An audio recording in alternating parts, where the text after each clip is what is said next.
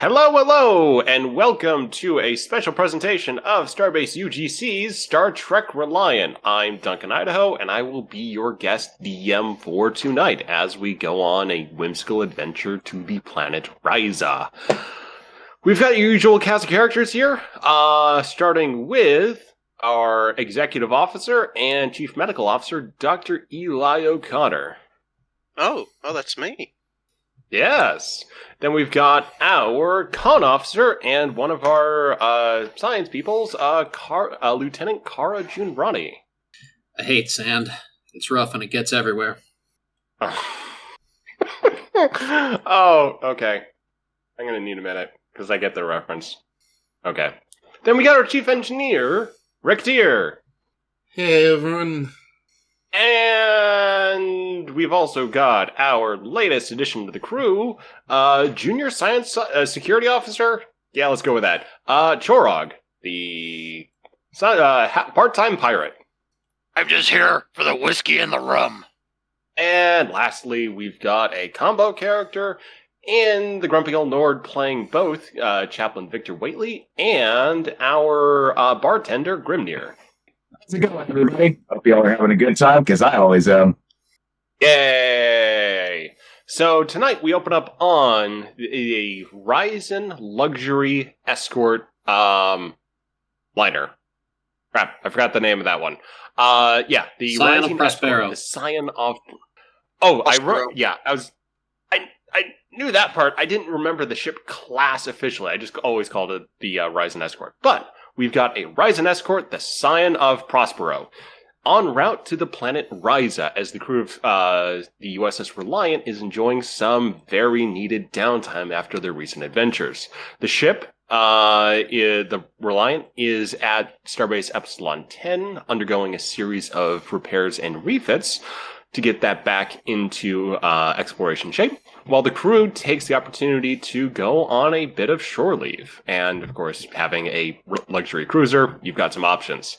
So, we'll open up on the bridge of the Prospero, where Dr. Eli O'Connor is at his command station, and any crew members are with him as well. We are just entering the system. You can just start to see that little pearly blue dot of Risa. And, yeah, everyone's just getting packed up and ready to beam down. So Rick T. So is anyone else... So Rick T's got Go for it. big backpack that he's got sort of strapped to his shoulders. A lot of stuff's in there. You can't actually really see what it is, but it seems like a lot of supplies. He's decked out in what appears to be fairly loose clothing. He's got actually quite a good pair of boots on, fairly sturdy. And that's what he's set out with Scion. Cool. Let's see. Where is Kara right now? Kara's probably asleep in whatever passes for quarters on the Scion. Luxury quarters, of course. Luxury quarters. It's still a small ship. Oh. Bigger than the Defiant. Let's see. In your quarters, there's a little bit of a disturbance going on. Kara sighs and yawns and rolls over and looks to see what the problem is. Setsujigoro is at the replicator, swearing. And then there's smoke. Kara sighs. Did you just break Eli's ship, Setsa? No, maybe I can fix this. I think I can salvage this. No, you can't. She pulls something back. She pulls something back, and what you see is a flaming swimsuit. And the emergency fire suppression systems come on. Being a luxury ship, you're not just doused with a spray of chemicals, it is an energy nullification field. So you do have a sullen-looking Ibby roommate looking forlornly at what used to be her special Risa swimsuit, which she is now just destroyed. How in the void did you manage to do that?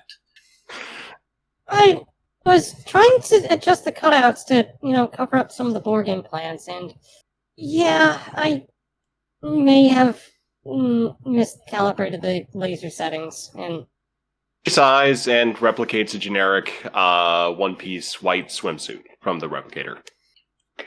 Kara just sighs and rubs her eyes and sits up. Well, I guess we'll be there soon enough. hi.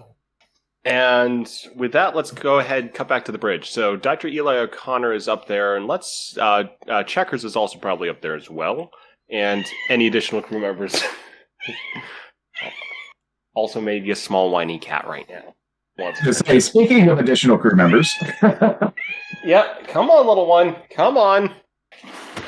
We're going through a little bit of a ritual here, but you've got Eli O'Connor and probably Checkers on the bridge. You get a hail from the planet. Eli. Real quick, I just want to say Grimnir and Meal are both on the bridge. Grimnir is fascinated by getting to see the operations of a starship from the bridge. He's never been on the bridge of a ship before. Eli answers the hail. Scion Prospero, how can I take your order? This is Risa Planetary Control. We welcome you to our humble little bit of paradise, sparkling deep in the void of space. We have, a reservation for the crew of USS Reliant transferring via Scion of Prospero. And, yes, we'd like to ask if any of your crew require special accommodations. Hold on a second. Let me put you on hold just a moment. He does that, and he says over the intercom, if anybody needs special accommodations, state this now or forever hold your peace. She looks up. Grimnir just looks down at her and shakes his head. Doesn't say anything. Meal gets a little saddened looking. Aww. Setsa cuts through on the microphone. I could use a Type 2 power port for my little recharge kit. All right, I will be sure to make note of that for customs. The attendant is currently jamming out to the Sign of Prospero's hold music. Rick is just shaking his head. No, thank you. I think that's it. All right. Shorog, you need any... Do you need extra rum? Great. Scratch that. 4 barrels of 2309 blood wine waiting for me. All right, that's coming out of your pocket, not mine. I'm good for it. All right. Oh, and have that nosy little hubbybug Grok meet me at the transport site. I have business with that stupid little Ferengi. That's a personal call. Can't take that through customs. Don't need anything else. Just make sure the blood wine's there. Or heads are gonna roll. You got it. Graves cuts through on chat. No murder! I agree with the no murder rule. I never said it was his. I never said it was going to be his head. Maybe just little murder? No self-decapitation either. Don't threaten me with a good time. Okay, I'm cutting the intercom now. He follows through Inter- cut the intercom. Intercom is cut. You are now have the option to bring back the Risa planetary attendant. Yep, I'm bringing back the attendant. All right, so we're going to need a Type 2 power port in the room of Sister Jagoro. A couple barrels of blood wine in the room of Chorog. Does he have a last name? I do not believe Chorog has a last name. All right, just Chorog. And a bottle of champagne in my room, Eli O'Connor. Your That nicest is champagne. easily arranged. We'll also arrange for such an illustrious crew to have their own personal attendant on station, so you can facilitate your needs further through there. We welcome you to the planet Risa, and also would like to invite you to our special gambling tournament, which we are holding this afternoon. Gambling. That's all you had to say. I want to hear more. Where do I have to go? What's the dress code?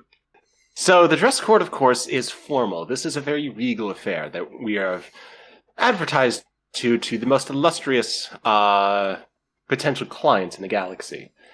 As far as where to go, we are holding it in the main resort lobby. It's a very ceremonious event. Certainly cocktails and fine foods will be available, as well as some fantabulous prizes. I'm definitely interested. And off on the corner, Checkers nods to himself and goes somewhere. He doesn't say anything. So, with that, the attendant says, "Is there anything else we can do to welcome you to our fair planet?" Nope. Gambling, accommodation, champagne, it all works out nicely. Very well. We hope you enjoy your stay and find it quite profitable. So with that, the channel closes, and you're left with a looming image of the planet Risa. Eli says to himself, it's just good business. You're within transporter range now as well. Oh, time to put this in orbit, orbit. And over the intercom again. Alright, we're in transporter range. Anybody can beam down now. I need to get into a more appropriate outfit. Marcus comes through on the comms. Are we talking about one of Garrick's suits, or just, something a bit nicer? Oh, no, it's... Yeah. What are you saying? I was just, when you're saying no, Graves is, holding a phaser, just sort of, on the, sort of evaluating, if Eli's taking this special suit, I might need this, but if not, he just sort of stows it on the Prospero and assembles a small shoulder bag. It's Lando outfit time. It's that time of year. The nice outfit, not the yellow one, but sort of like the casual. Well, not casual, but Just fly casual. Very good. So, Looks at what Eli is wearing and says, nice cape. Been a while since I've seen one of those. he's not wearing it yet. He said he had to go get dressed. Oh, never mind. Well, that's what he says when he sees the cape. Alright, and I'm going to go put in game time chat. There we go. So, assuming... So, Marcus...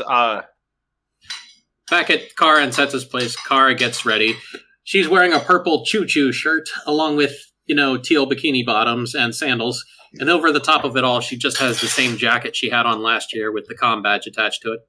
She picks up a fairly large satchel and looks over at Setsa. Are you ready? Setsa's dressing in a casual t-shirt and pleated skirt combo, and is packing her swimsuit away. She nods and says, Yeah, I think I'm ready. It'll be If you're fun. still- I mean, this is what, the fourth part? If you're still worried about the swimsuit, you can probably pick one up down there. I find it hard to believe that Risa doesn't have a thriving swimsuit industry. You are probably right there. I just had one specially prepared, and oh well, it happens. Best laid plans of mice and Ibby. With that, Kara heads out towards with the that, beam down area. Setsa joins her, towing along a rather large suitcase. Marcus comes on the intercoms and says, "All right, people, I think we're ready to go down. I've got us some pretty nice accommodations, a little off the beaten path. We've got a hut complex over on the eastern side of the resort, so it's easily within walking distance, or actually swimming distance, come to think of it. But yeah, we've got the entire area to ourselves, so any of our senior staff, any of additional crew are free to, basically pick out a hut, bunk up, and settle in." So as soon as they beam down, Grimner looks at me all and says, I'm going to go attend to my quarters. I'll see you guys in a bit. Gotta get this wee one prepared for, proper company and all. A sec. Turok starts walking away, dragging 2 large crates behind him. So everyone's able to beam down to the beam down, and what they see before them is, very splendid little boardwalk leading up to a series of, at first, rustic-looking but surprisingly modern huts of various sizes. Some are much larger and able to accommodate many guests, and some appear to be just set up for maybe 2 or 3 people. If Rick has brought him along, they'll naturally get the first dibs on the largest hut, while everyone else basically gets to decide who they're bunking with. In addition to you guys, the Ged, Moon, Bryce, Nissa, our science officer, have also joined us, and potentially the engineering team if Rick has made that invitation. Yeah, Oakley is definitely in whatever, like, there is a general invitation out to a lot of the crew there. So, there were, let's say, 15 or so engineers have come to Risa. A lot have gone and done some other personal things. Alrighty, so let's say that there's two big huts right next to each other, and you can basically have that as the engineering complex. So each of the huts, too, is basically, you've got that walkway above the shallow water, just shallow water sand, waves lapping up right against those little pylons, and even some little areas of sort of lagoonal rock and coral mixed in there as well. So Kara takes out her pad and looks at the HUD outlines and looks for the one that has the Type 2 power connector for Setsa. You're able to find that pretty easily. It's, each of these techs has very modern facilities, but there is definitely a spike where the Type 2 power connector has been installed. Kara motions to Setsa. That one's yours, dear. Oh, thanks, Kara. Are you coming in the same one, or? Would you prefer that, or would you rather have Captain Dingbat escort you? There are quarters for 3. I'm game. Captain Dingbat arrives. So at this point, Kara starts walking over. She doesn't bother standing on the path all the time, but after a few minutes, she just goes, "Ouch!" and she jumps back on the path. You might want to stay on the path. Something in the bushes bit me. Marcus kind of has that look of like, am I going to have to do something? Like, is this like security action time? So, he takes out a tricorder and scans for whatever's in the bushes. And this being Captain Dingbat, this should go interestingly. So that's going to be an insight. Oh, yeah. My target number is 9. Okay, 1 success. What's in the bush? Well, bush. Also probably some bugs. Okay, so Graves has that light. You can tell he's on edge. So he's made an attempt to get into vacation mode. He's wearing a set of black casual pants, sandals, and a black t-shirt. But you can definitely tell he hasn't quite relaxed from being the captain. So he nods and just says, yeah, we got some bugs over there. So I guess stay back. Hopefully they won't be attracted to our huts. Kara absentmindedly rubs her foot with her metal left hand.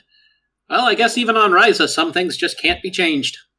Setsa comes over and just inspects but and just gives it a little bit of a rub and says, Well, let's hope that the rest of the life forms here are much more amenable and pleasant. I hear they have dolphins. Cool. Maybe I'll capture a few of those bugs and feed them to them. Setsa giggles at that and informs Graves of the accommodations. His danger sense also doesn't appear to abate with that particular arrangement. What are you worried about, Captain? Kara brandishes her left arm. I got enough firepower to put anybody on this planet down. It's not like they're carrying anything but stunners. And this thing? It'll do more than stun you. Some of the other crew members giggle at that. Marcus takes a look kind of around a little bit more. Actually, you're going to have to roll to figure out what exactly his emotion is at this point. So let's say that's a insight command. Okay, I actually have to bring up my character sheet this time because I have not looked at it since I've updated it. If you've uploaded it, I will have it in just a sec. There we go. So, insight command, your target number is 9. We are not likely to bank momentum on these rolls. Boom. We have banked momentum on these. Oh, actually, no. Let's say your target. Yeah, let's say your target was 2 on this one. So Graves appears to be self-conscious and worried about what the other crew might think with him bunking in with 2 Ibby. Kara immediately smells weakness and fear. Yes. She sidles up to him and gently places her hands on his shoulders and says loudly enough for the rest of the crew to hear, "So, Master, will it be the coconut oil tonight, or perhaps, the Chiara oil? What would you prefer?" Setsa bursts out laughing at this point. Graves has gone bright red. Come, dear sister Setsa, we must make the captain feel at home. Our master must be pleased, after all. She makes a showy bow in front of the captain. Setsa will imitate that bow and say, Hey. Yes. I mean, this is the arrangement, is it not? I think the Chiara oil, I know, it's a little spicy, dear sister, so maybe we should be light with this tender little boy. Of course, dear sister. Come, master, let us help relax you. Let us make this a glorious vacation for you. She gently grabs, Graves' left hand and starts leading him off, hoping Setsa grabs the other one. Setsa will grab the other one. Marcus will look back to Bryce, who has absolutely no help to give in this situation. Yeah, basically it's a almost a pleading look, but he tries to control himself and he kind of manages it. So yeah, he's dragged to the hut. Bryce is just, maybe he's got a little bit of a wry smile, but he's just not reacting in this case. So yeah, Marcus is now in the lair of the Ibby. Once the door is shut and, basically you can't hear anything, Kara just doubles over laughing and sits down on the floor. She can't help herself. Setsa will join her, but Rick has performed an action. Rick is just sort of watching this and is trying to just understand what is going on. If the Ibby are being serious, if they're trying to be laughing, and with one success, you know that they're probably pulling his leg. So there is, he's had just enough experience with those two that he knows they like to, play pranks. Wind Marcus up. And, yeah, particularly with Marcus. And so, he just sort of, after a brief moment of WTF, he just sort of relaxes again and just sort of, starts checking out the engineering crew's little hub area. So when you guys are checking out each of the little huts, what you find is what at first appears to be a very simple arrangement, but most of the facilities in the hut are built into the floor. A kitchen area will rise up with the touch of a button on the wall. The beds will come out as well. You have a central shower unit that offers quite a bit of privacy, as well as a little restroom area in the back. The other thing that you notice is a strange box on each of the beds with a note attached. Well, it's clearly meant to be opened. Rick will open it. So the box itself has a note that says, "Welcome to Risa. This is this is our latest form of entertainment. It is called a lockbox. Every guest is provided one free as our little hospitality. For you as a player, you now have to roll 1d20. And this goes for every player as well. 18 on my result. You have, Bass has received dilithium mining vouchers, good only in Sector 128. Chorog has received the same. All right, that's Waitley's. You got a 4. So Waitley, let's see. You have received a scientific kit module, Soothing Pheromones. As an item, it reduces the difficulty of persuasion tasks when used. Interesting. And then I rolled for Grimnir. He got a 15. He gets an awesome pair of sunglasses. Oh, yeah. Let's see. Let's go with Setsa's roll. Oh, crap. Oh, crap. So Kara also gets to roll for what's in the lockbox. I think Setsa's just exploded first off. No, she's got the random joke prize. Kara, you will get another kit module. So this is trajectory bending, which decreases the difficulty of tricky shots when used. Kara looks around and says, "Great, but my fist doesn't come off like a rocket, I guess I'll be able to use it after we're off planet, though." Yet. It will soon. Yeah. Setsa does say yes. Okay, and then 2d20 or 1d20, and this is for Graves. He also received the lithium mounting vouchers, good only in Sector 128. Setsa! Oh god. I've got two options here. Her lockbox only contains a cantaloupe. It's not even a particularly good cantaloupe. It's just a piece of Terran fruit. Kara just looks at it. Ah, cantaloupe. The discount melon. That's a size and says, yeah. Oh, we haven't had it before, so She just takes a bite. Kara is far too late. Far too late. This has got to be a fitness security roll, so... she manages not to hurt herself when attempting to do so, and just sort of spits out a little bit and says, this needs preparation. I will do research. Yeah, that's a type of melon where you're supposed to cut it open and eat the inside. Let's see. So, Eli, you need to get down to the planet for your lockbox.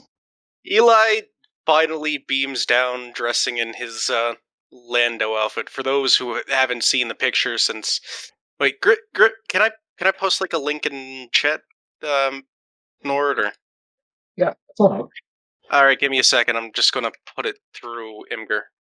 Yeah, but just while I'm doing that, just feel free to continue a bit more. I'm sorry, I don't want to hold everyone up. Okay. So, for the rest of you, what you get is basically a map and guide to local facilities here on, local facilities and activities here on Risa. So, at this particular location, you have a promenade featuring a large variety of stores and food eateries. There is a abundant amount of sea life around if you want to go swimming around the huts. We also have a dance contest in progress, as well as a gambling hall. There's also additional things you may be able to discover here on Risa, so anyone is now free to basically wander off from the group. Kara takes a look at it and does a quick search for Hazra's name to see if the old man is set up here again this year. He is, but he's only listed as a food vendor. You don't know what he's serving yet. Kara shows that to Setsa and then remarks, yeah, but that's okay. I bet he doesn't know what he's serving yet either. Setsa giggles and will accompany Kara. She heads off to go see Hazra. I'm ready now. Okie dokie. But first... You have discovered that lockbox on your bed. I'm The pressure posting is that. on. There it is in chat. That's what Eli's dressed in. Oh boy. Pale ginger All right. Trill wearing that. So, you've got the lockbox. It's on the bed. You gotta roll 1d20. I'm gonna get a cantaloupe too. I can feel it.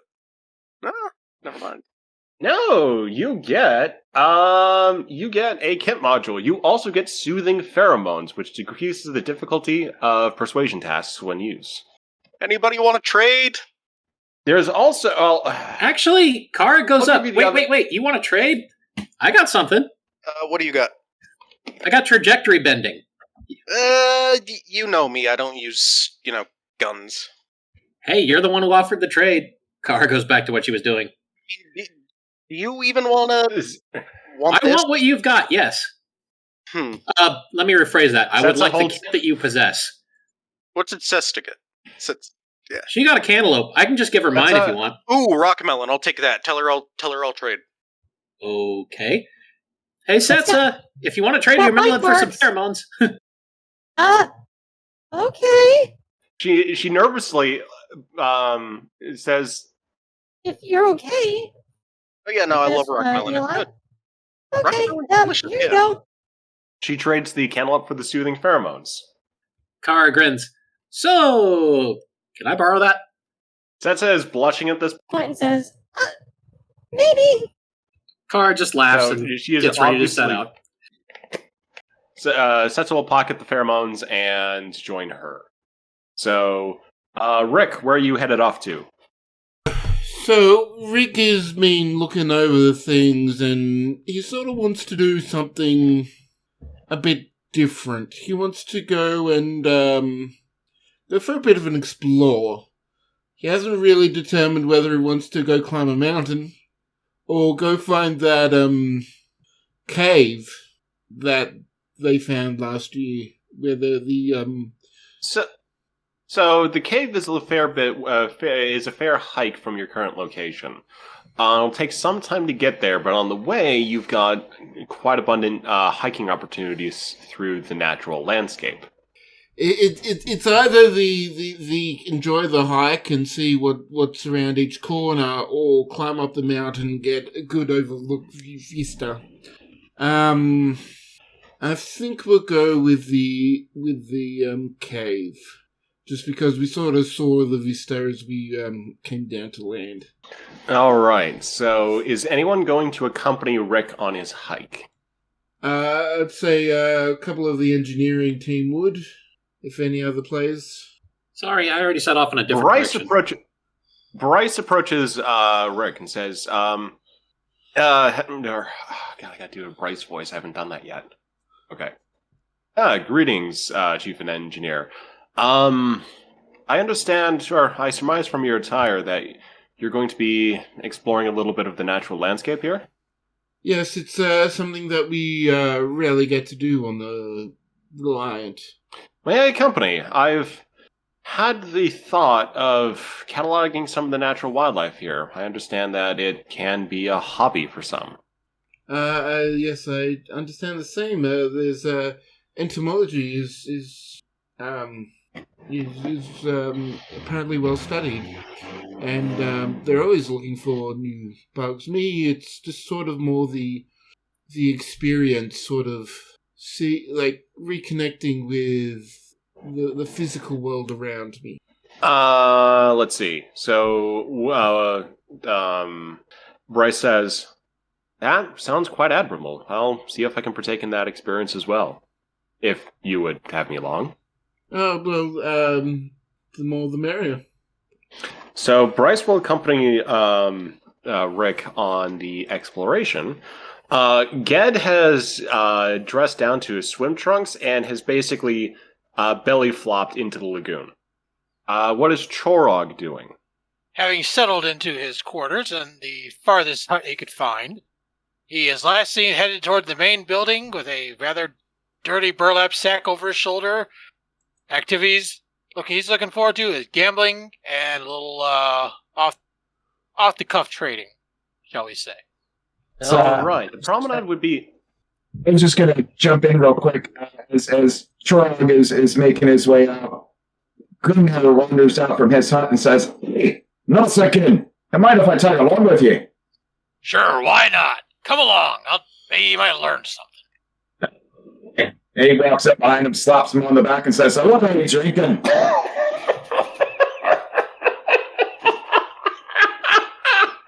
Okay, sorry for the audience, but Oakley has joined us in chat, our adorable exocomp played by Starfur Theta, and he has just rolled a 1 on his lockbox.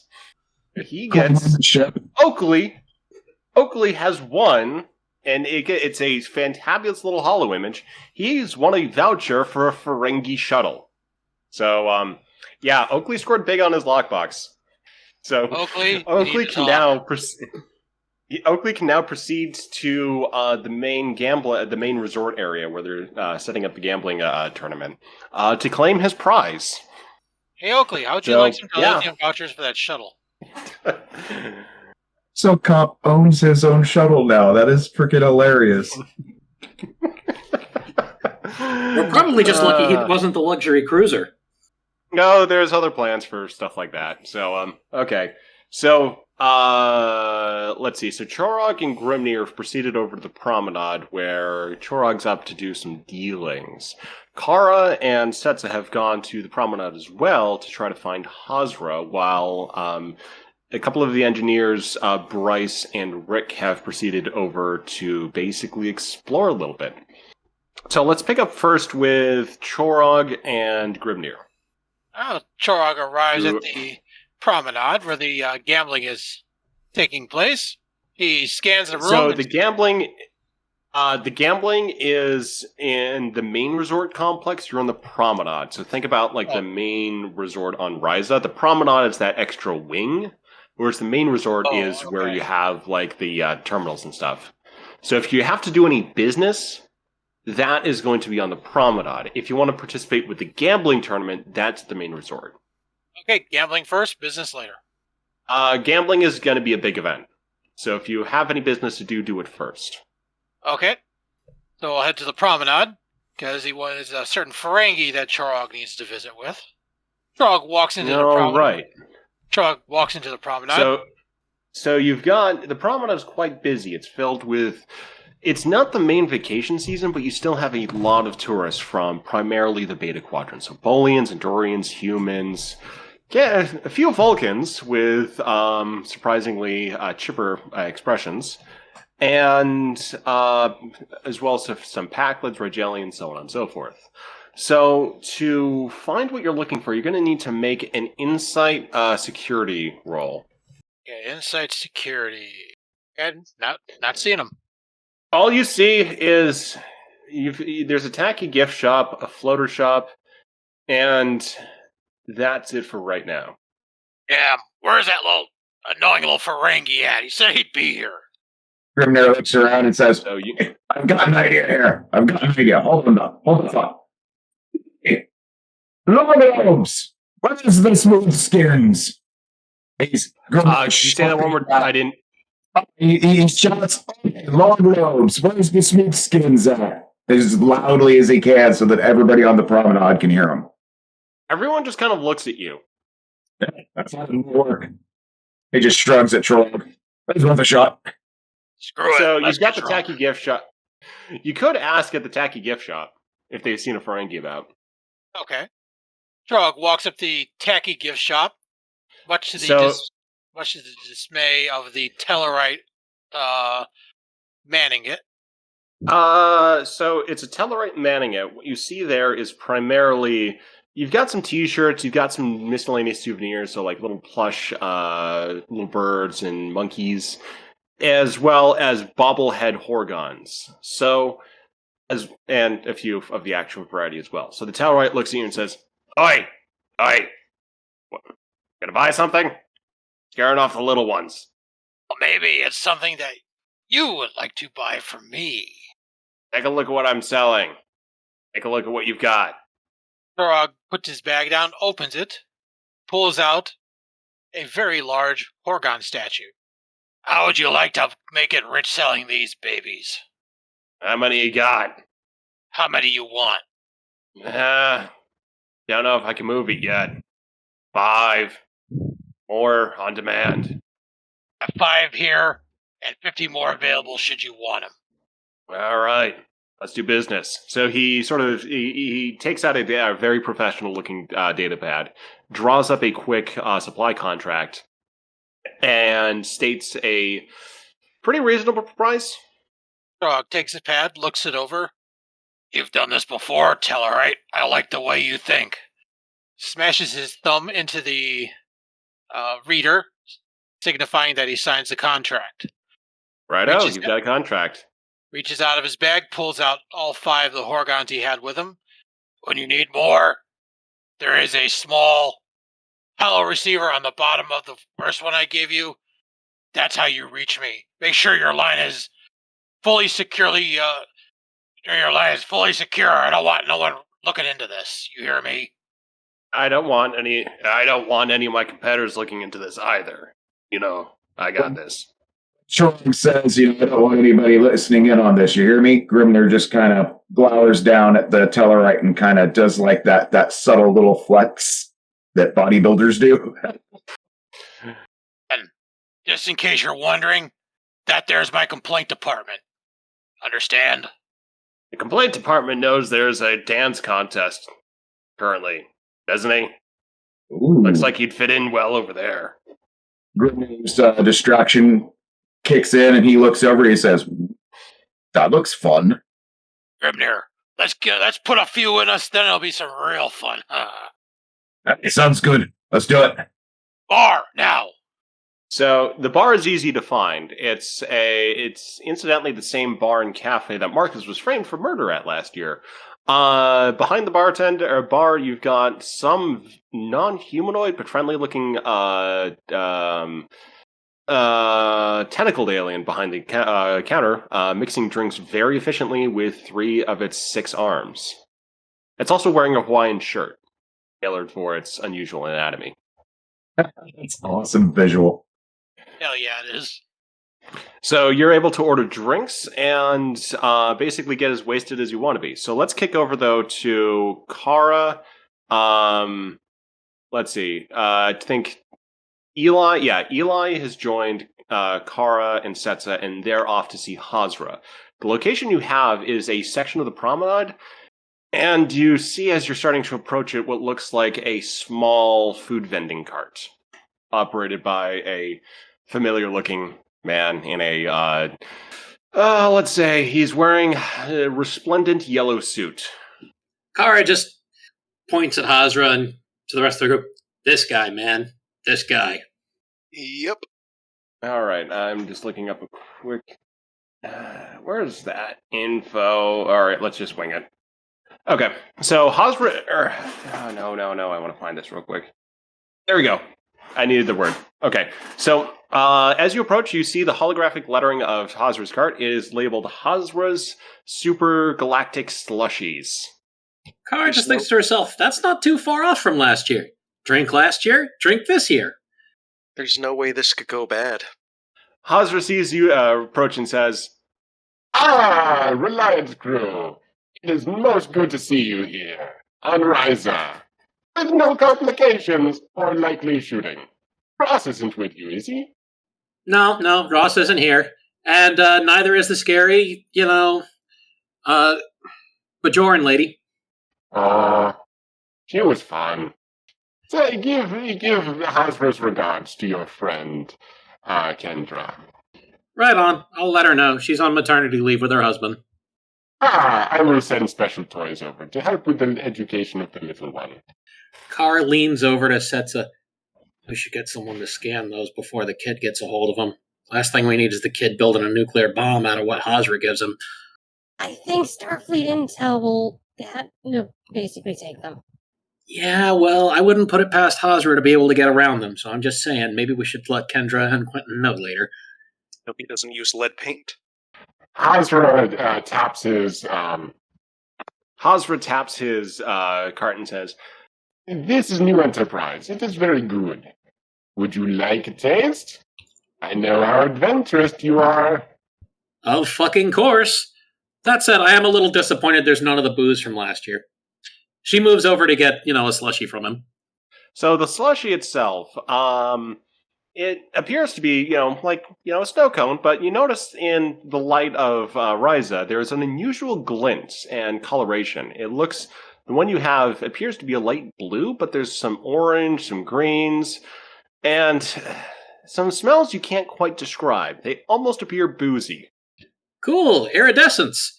And whatever the equivalent of iridescence would be for smells. Yes, there's iridescent smells. She takes a big old swig of it, and I wait to see what I need to roll. All right, you're going to need to roll a fitness command. Let's see, and your... One success. All right, so on one success, you feel the promenade slowly falling away from you. Your hands, they move, but then they don't move. You see them in here, in there, in here again, and there's sounds, but you can taste the sounds. Kara wobbles a little bit and just says, whoa, that's good, squishy. Eventually, feeling and sight returns, as well as an awareness that you're not a penguin. While this is happening, Eli looks at a watch, which, he made it's a tricorder watch.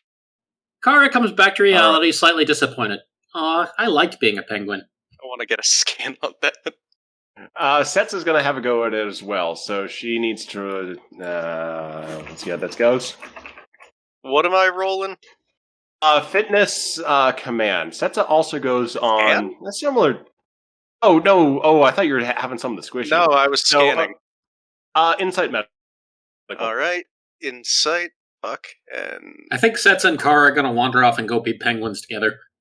Oh, they're coming back. If you had no failure, or if you had no successes, you basically be waking up shortly, basically naked and in the lagoon, squawking. Oh, no. Do you think I could apply advanced medical research to this or no? Yes. All right. This is some advanced grade shit going on. This is Hazra. Oh, it's right. advanced whatever it is. So what you see is basically it's a very unusual type of nanoparticle. It seems to be calibrated to certain types of proteins found in the epigenetic makeup. This squishy, or this slushy, would taste probably pretty good, probably pretty fruity to most species, except Ibby and one other you can't identify. I mean, with 4 successes.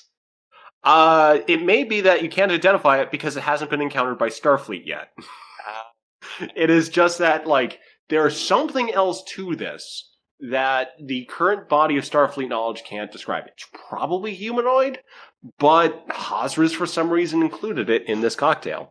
If I drink this, I'll be fine, alright? Yes, you will. It will simply taste of fruit. Okay, because I need to gamble. I can't afford to be a penguin. Okay, so you can have a squishy with no ill effects. Yay. You're confident about that. Kara wobbles a little bit and leans on the cart. So, is there any way I could get the syrup that makes this a little, for, like, later? There's always got to be a party on the ship at some point. Oh, of course. I anticipate this always with you. I have 1 barrel, 2 barrel, 3 barrel. I'll take the for lot. Trip. Very, very good. And Hazra brings up a quick little payment screen. He is charging these ridiculously cheap. It's basically, you're getting this much syrup for a cost for like a few drinks. Shit. Kara wires over double the funds. Use the rest on research. It is appreciated. Thank you. Since Kara doesn't know about this, I'll take a large. Watch this. So you have a large squishy. I'm going to drink it all. All right, you drink it all.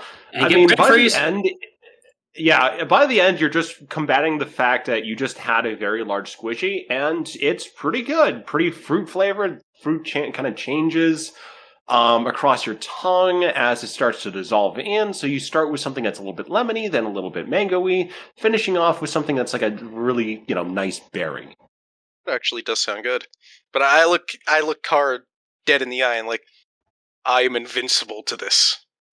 Kara gives a slightly wobbly thumbs up. Setsa imitates with another wobbly thumbs up and puts a stabilizing hand on Kara's shoulder. Their wobbles cancel each other out. They are reasonably fit to walk. So Setsa at this point says, So Kara, there's dancing. Wanna go dancing? Kara's like, I'm not big on dancing. I mean, do you want to dance? I mean... I want to wobble. Maybe just go shopping? We could go down to the beach and find a nice spot and watch the sunset and be penguins. Yeah, penguins. and she just has this awfully far off look and then says, I still need a suit. Where's the suit? Right. Okay, let's... Kara seems to recover a little bit of sobriety here. Let's, She looks around. There's got to be a swimsuit vendor around here somewhere. So, this is not going to be a difficult role. You see a custom tailored swimsuit shop. Kara goes, ooh, and she's just pointing and just kind of dragging Setsa over that way. Setsa doesn't see it yet, but she just follows along with Kara. So, let's go ahead, and they're heading off in that direction. Let's check in with Rick Tier and the exploration team.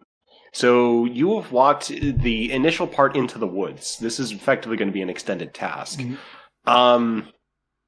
So, you're basically just right off the promenade. And you see that there's a lot of jungle in front of you. You don't quite recall where the cave is. And there's nothing on the maps that would indicate where it might be. So you know it's going to be a fair bit away if you want to orient that direction, or you can just go ahead and just start walking. Well, I mean, the earliest directions make the sort of biggest difference when it comes to navigation. So let's try and go that way. All right, so let's go ahead and have you roll, let's say, insight and then science. Okay, would survival apply? Yes. Okay, so I mean, that's only increases the thing to 2, but no. Okay, you're going to go wander off for a little bit. Bryce is pretty like he's got a sort of a light light white button up shirt, tan slacks, some pretty nice shoes, and a pair of binoculars. And he's scouting about. Kind of the binoculars probably aren't necessary, but he's going along with a certain affect. So Rick's going to Rick's just sort of wandering along, sort of taking your time, just sort of experiencing, sort of getting lost in the actual environment around him and not really paying as much attention as he probably should to the actual direction, or like it's just sort of being a bit too hard to see the sun to get a clear idea of the direction without like stopping and pulling out pus or something. Not that So actually. go ahead and roll insight security. Security is better, but 2 successes. All right. As you're walking along on this it kind of looks like a path, but it really doesn't have a whole lot to it. You notice a whole lot of feathers and a whole lot of squawking above you. It looks like a small little mating area for the tropical Risian birds. They seem quite angry, though. Just, in general, they're just dealing with the territoriality of, biological existence. So you may not want to go on that particular path. Or at least you may want to walk well around it.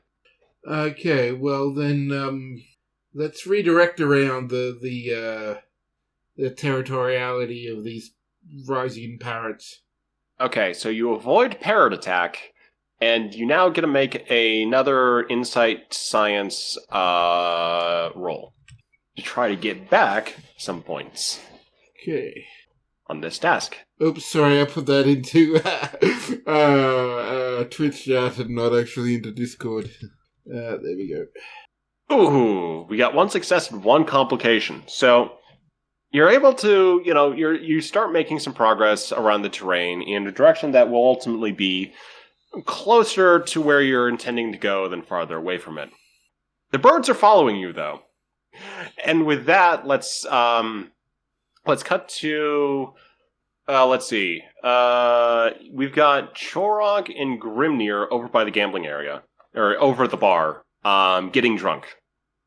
His bartender makes some really good drinks.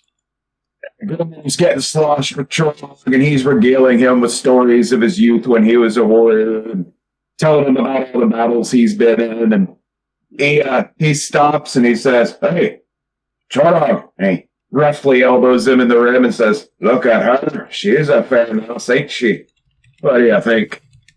I like to have my way with that. Yeah. Oh, and there's another. Ooh, there's a lot of them over on the dance floor. What do you say we get a few more drinks for the road and go check that out, eh? The way you think. Bartender, more drinks. The bartender flutes and delivers you a couple more drinks. Come there. Yeah, let's go dancing. Come on. Let's go. Let's go get us some wee bunny lasses. Yes, All right. So the dance contest is an open floor. Anyone is able to just jump in, and you've got judges scoring your performance. So to just get into it, you're going to need to do a daring security roll to get into the groove of the dance. Okay. You ready? Damn, that's some good dancing for Nausicaan. Yep, 2 successes. Chorog is just starting to get swaying his hips, moving those arms. A little bit of John Travolta going on right there. And yeah, he's easily getting into it. Oakley continues to to turn a beach into a scale model of Valhalla. Grimnir's not dancing quite as well. He's not dancing quite as well, but he's holding his own. He's not immediately falling and basically getting a black flag. So you guys will continue on dancing while we cut over to, let's see, Kara and Setsa over at the Custom Tailor Swim Shop. Kara just kind of looks at Setsa. So, what were you trying to do when you laser melted the replicator? Setsa, coming to and shaking off the feeling of being a penguin, said, Yes. Well, I was trying to add a little bit more detail, like, these little accents and then cut out a little bit so in. She gestures sort of along her flank and just sort of points out the region. I mean, so I can cover, this little bit up because, I've got a few nodes down that way. And, yeah, just, be comfortable. Like a one piece, or were you thinking about? Well, I guess that would be a one piece, wouldn't it? Yeah, I don't think I can pull off a two-piece. Gotcha. Kara goes over and basically passes this along to, the person running the stand, and just kind of gestures at, Setsa. And then she just kind of says, and I've got her measurements if you need them. But, I mean, you can get them yourself if you need to. The Gorn running the custom tailored swimsuit shop Says, aye, we can do that. No problem. You can get a perfect scan on it too, but I'll take your measurements all the same. So, whip this up in a jiffy. Just stay there, and we'll be good. Kara just nods and goes over to Setsa. Yeah, he'll have something for you in a minute. With, it should be styled to cover up, Yeah, and then, you can try it on, and then we can go sit on the beach. So the Gorn finish up his work pretty expediently, and you presents to Kara the custom tailored swimsuit. So it's been styled for Ibby, so it does have a little bit of a tail hole, small little ribbon above the top of that. Otherwise, it's a teal color with a few floral accents around the top and along the front as well. It does have some cutouts, but they're pretty modest and do cover up a lot of the board bits. Kara just looks it over real quick and looks around to see if there's any, changing rooms nearby. There's changing rooms nearby. Kara, hands it to Setsa and gently pushes her off towards the changing room and says, try it on and see if it's the way you want it. And if not, we'll make another try. Setsa nods, heads over to the changing room. Kara, you're going to need to roll inside security. 10. 1 success. You hear the pattering of many small feet coming towards you. Now, you must make a daring security roll. But in between, Kara just says, can't be. 2 successes. A fuzzy blue little tardigrade is lunging at your face. You're able to catch it in midair as it goes, whee!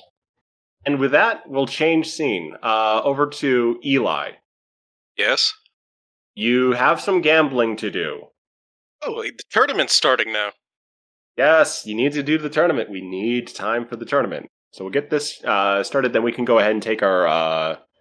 we're about hour and 15, so after we set this up, we'll take a break and continue on. So, gambling tournament. Checkers joins the battle. So, Checkers and Eli head over to the main gambling resort. It's very opulent, big, open space.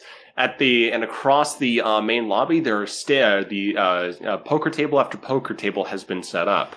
The main attendant there is able to basically check you in for competition. He says, greetings. How many are going to be playing from your party? Eli says, I'm playing. Checker says, and he's dressed in an oddly familiar suit. He says, so am I. Good. We'll begin you off at separate tables. It brings up the spice later if you're encountering each other in the finals. Your first tables may include some people who don't know what they're doing, but you may also find some challenge there as well. Let's see. Are you Mr. Eli O'Connor, if I have this right? You are in table 1? Dr. Eli O'Connor. And Mr. Randolph P. Checkers, you are in table 3. You got it, bud. And he walks off to table 3. So each of your tables basically has, and you don't need to roll for this, you basically see vacationers. Some Federation, some miscellaneous, but the way they're carrying on is basically like they're on vacation.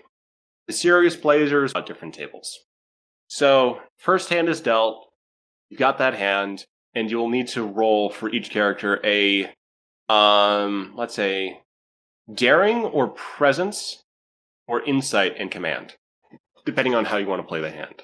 All right, Checkers is doing presence command, so that's, let's see, 12, 13, 14, 15, 16, 17, and Games of Chance is one of his focuses. And So, I said 17? Yeah, 17, 5. Let's see how Checkers do. Not bad. And so Eli. Oh, so that's Checkers? Yeah, that was Checkers. So Checkers with a 2. It's a little... the competition proves, they're not complete novices, but he's able to clean up pretty quickly off of a series of hands where he's able to draw them in, and then just completely table in one magnificent hand. All right, now, what were the options again? Daring, presence, or insight. So insight if you're going to read them, presence if you're going to bluff them, and then daring if you're just going to take a wild move. All right. And this is command, so... Can you write this down? I'm sorry, I'm just having one of those days. Okay, so command as your first one, or daring, daring, insight, or presence. Daring, insight... Okay, so it's, I'm just going to say it's daring for Eli, since presence and daring and insight are the same. That's 20. He's going in ballsy. So that's 14. So, like Checkers, you're able to basically clean up pretty well off of that opening hand. And with that, you two are the winners of your tables. So, you're able to go collect your basically a tier 1 winning. So, you're able to basically pocket a little bit of change. So, not a whole lot. Basically good for vacation spending money. But, yeah, you're able to get a little bit going here. The attendant says, Table 2 will be joining you shortly, but the competitors are free to drink over at the bar over to the left, if you desire a little bit of refreshment before we begin again. Righty. so do you proceed to the bar? Checkers does. Eli goes to check on the two Ibby. So Checkers proceeds to the bar where, you got a mix of competitors. Some you may or may not recognize, but one may. A Orion woman is at the bar with brunette hair. She gives Checkers a look and looks back to the bar. Checkers is oblivious. He should drink Because you put Checkers there, who's the one person who she wouldn't know. So And wouldn't there is know her. Orion. Yes, so they're completely oblivious, but you, at least as players, know that one of the Orion sisters is on the planet. Checkers is taking whiskey straight. All right, so let's go ahead and just call a break right there. 5-10 minutes. Just go ahead, refreshment, take a bio, and we'll be right back. All right, let us get back to the action, which will first resume with the dance contest. So Grimnir and Chorog are now dancing. There's a smaller group of dancers, as some have been black flagged. Your next set of moves, though, are going to be a little bit more up-tempo as the music increases. So, last time it was security daring. Here we are going to go control security because you're going to have to be really careful about not overextending yourself. 1 success for Grimnir. And 2 for Chorog. Chorog continues to dance the night away, while Grimnir is able to stay in the contest. One thing you do notice, though, is that as the crowd clears, you're able to see a blonde-haired Orion also dancing in the same vicinity. I just realized Grimnir would probably not recognize any of them. Nope, neither would Chorog. Nope. Ships passing in the night. Dancing, yeah. I am curious about something though. Since Waitley's down on the beach trying to, clear his mind, he loves coming to Risa because nobody's angry, nobody's, he's not getting flooded with negative emotions. It's just everybody's happy. He's just like, I like it here. Would he detect them? Would he sense them? Especially since he's been in most of their minds at least once. He may sense that familiarity, but they're not going to be these ones are not going to be particularly aggressive. So he's not going to be sensing hostility from these individuals, at least not yet. So it's not like, he's there and then all of a sudden he just he senses them and goes, oh no. No, not like that. Not like that. Okay. So, all right. So they continue dancing on. Rick and Bryce and the engineers. You were attacked by parrots. So you must... How do you respond to being dive bombed by parrots? Just trying to think what kind of protective... I probably would have something like an umbrella. Just in case. All right. Did you try deploying the umbrella to fend off the parrots? I was going to deploy the umbrella to as a sort of bird shield. Let's go with engineering daring for that roll. Okay, so that'll be 12. Bryce takes a parrot to the back of the head and does not react. There's just the sound of a dull thunk. Meanwhile, the parrot is now unconscious. Another complication, but one success.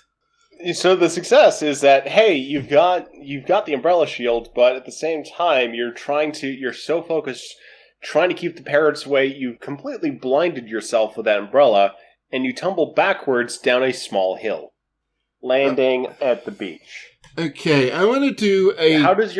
I want to do a quick roll to see if I actually damage the umbrella. Let's say control security, so that would be... Okay, yeah, so somehow as Rick tumbles down, he's able to keep his spatial awareness and just sort of keep the umbrella from being absolutely crushed as he tumbles down. So the umbrella is, Jorog, no more of the animal things, so, yeah. So, just referring to chat there. So, anyway, the parrots do not pursue you down the hill. Does your engineering team follow? Yeah, I think they would be... Seeing their boss tumble down a hill. Yeah, they would at least check up on him to see if he's alright. And he's basically alright. But, yeah, so they Kara in chat. The leader has fallen! Retreat! The parrots have carried the day! Starfleet's trained them better than that, though. So they're able to, quickly, check in on you, just make sure you're not hurt, and, check that you want to continue on the journey. Bryce, it takes a few more parrot blows, but then heads down to you as well. Just ready to just continue the hike, just completely unfazed by the parrot attack. This is just what wildlife does. Well, I mean, apart from the bit of embarrassment, there is, let's keep going, and hopefully I won't have to trip anymore. That wasn't pleasant. So you are on the sort of towards the beach now. So you can proceed along and maybe make a little bit of progress there. Go ahead and make an insight science roll to figure out which direction you want to go. Almost my worst stat compare. Yay! Hang on. Wrong channel again. One success. You're able to pick out the right direction, so you're not walking back to the resort. So you're able to proceed along and just enjoy a little bit more nature. The birds are not chasing you, and it's looking quite picturesque. Back at the swimsuit shop, Kara is holding a blue fuzzy tardigrade. John? She asks it experimentally. Okay. Do I know you? I don't know. You look nice. Okay. So, just to let you know, for future Go reference, ahead and make... when greeting people, jumping at their face is probably not the best idea. So go ahead and make an insight, science, or command roll. Alright, let's see here. 11. 3 successes. Ooh. And you're up to max momentum. So, total of 6. So, with that, you can really... So, the tardigrade's wiggling about, but not, like, trying to get out of your grips. It's trying to look back behind it. Basically, out towards the promenade. It doesn't seem agitated as much as worried. So Kara turns it around and sets it down. Well, actually, no, it wouldn't be able to see. Kara puts it up on her shoulder, but turns it around. Looking for someone? So the tardigrade... Yes, I don't want to be followed by them. Scared. Ah, okay. Well, if you don't want to be followed, she takes the tardigrade and puts him down. Down there, you'll be harder to see. Setsu at this point huddles down and says, What's your name, little one? Little one thinks for a long, long minute and says, Skipper! That didn't come through, Skipper. So, little Skipper's there, looking very, very worried, and just sort of like is circling around you, just sort of giving a good sniff, just kind of making sure, like, kind of doubling up on it. It's like, these are nicer people? Kara takes a very slow, deep breath, silently, and with as little anger as she can, gently pushes aside the idea of getting high on the beach and sitting next to Setsa and watching the sunset, and just kneels down and says, Okay, who's looking for you, Skipper, and why are you worried? They're big. Well, most everyone is bigger than you. I mean, was there anything else in particular? They're big? Kara looks up at Setsa and, of a sci-fi protagonist says, I do not believe it is programmed with the information we seek. Setsu at this point offers... Where'd you come from, little guy? Skipper says, Yes. I was with the others, and we were having fun, and then we were in boxes. The big ones are around us. Kara's eyes narrow. Oh, come on. What is it with this place? And she takes another deep breath, stands up, and looks at Setsa. Smuggling? She asks. Probably. I mean, rare to find tardigrades around, so... Why is it every year this happens? She double taps her comm badge. Kara to who? I don't know, whoever's on duty. Graves answers, like, I guess that's me. I'm just over at a bookstore. God damn it, and here I was hoping you could relax. Look, we're over at this swimsuit pavilion, and Kara gives a location. We could use you over here. We've got a tardigrade who apparently was in a box and is now hiding from the big ones. A tardigrade that's not John. No, this one is named Skipper. Okay, I'll be right over. Yeah, So- this planet is made for smuggling weird wildlife, I guess. With that, Graves is going to pop on over to your location. Skipper's just going to continue just sort of looking around. Do you try exiting the shop yet? Not unless the keeper has given us a dirty look. Nope, the keeper is very patient with you. In that case, Kara's just going to wait until Graves gets here. Alright, in the meantime, let's dip back to the gambling hall real quick. So we've got, Checkers is at the bar. Where is Eli? I did say he was going to go check up on Setsta and Kara and make sure they're not penguining. Okay, so let's go ahead and have you do that real quick. So you arrive at the swimsuit shop. Hey, you guys aren't penguins, right? I don't think so. No, we're not penguins, but we have... And she just points down at Skipper. John? Skipper waves. I'm Skipper. Okay, that's Skipper, hello! Would you... So here's the story. Skipper left from box. There are big ones. I suspected another smuggling ring. Why is it every time we come to this damn planet? Is it the Orions again? Guess I swear to God if it's 2 years in a row. They need to Hey, get better. the good news is nobody's seen the Orions, so it can't possibly be them. Okay, good. At this point, Graves arrives at the swimsuit shop and looks down, sees the tardigrade, looks at the others, says, "All right. Any details?" His name is Skipper. Yeah, no details That's yet. a start. Now that there are 4 of us, I suggest we clear the area so that the shopkeeper can, get back to work. All right. 4 should also be sufficient escort for anything that might happen. All right. Where do we want to take this? Main resort? Our huts? Let's go see Hazra. The little guy deserves a treat. Yeah. Not just that, but you never know. Hazra might know something. That guy's weird. Very weird. Okay, so we'll stop by Hazra and see if he can give any information. I mean, the first time we met him as a crew, he was giving information out. All right. So as you leave the shop, you do see, towering above the crowd a little bit, a green figure, bald-headed with armor plates. He's kind of looking around. Kara looks down at Skipper and does some mental calculations. She gently picks up the tardigrade and says, "Okay, this might be a little weird, but I need you to be quiet for a couple minutes." And she gently places the tardigrade in her satchel bag. And then she, wordlessly points out the hulking Orion to Graves. Graves nods and says, "Well, could be a coincidence. Do we trust coincidences?" Hell no. When's the last time anything coincidental happened to us? Finding Setsa on the Borg Matrix.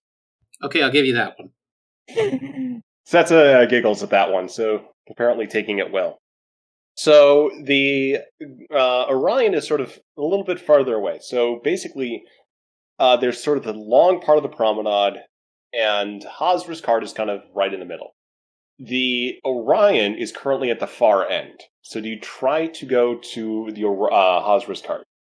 I'd vote yes. What kind of weirdo would mess with Hazra? The guy would probably turn you into a newt.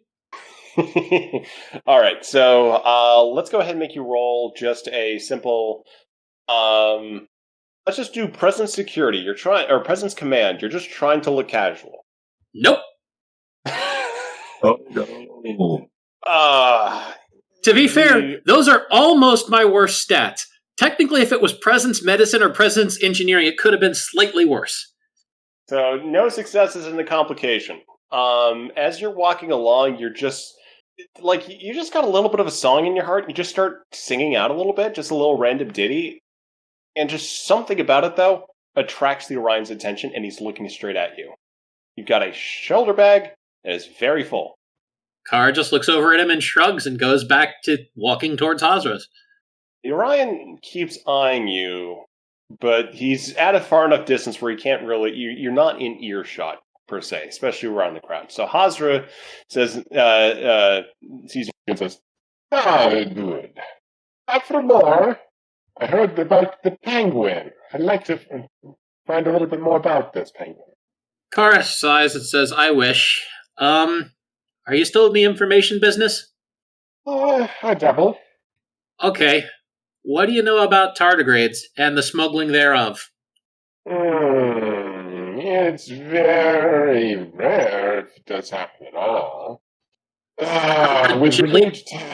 Kara gently lets Skipper poke his head up out of the bag. Yeah, well, it's definitely happening. Skipper waves.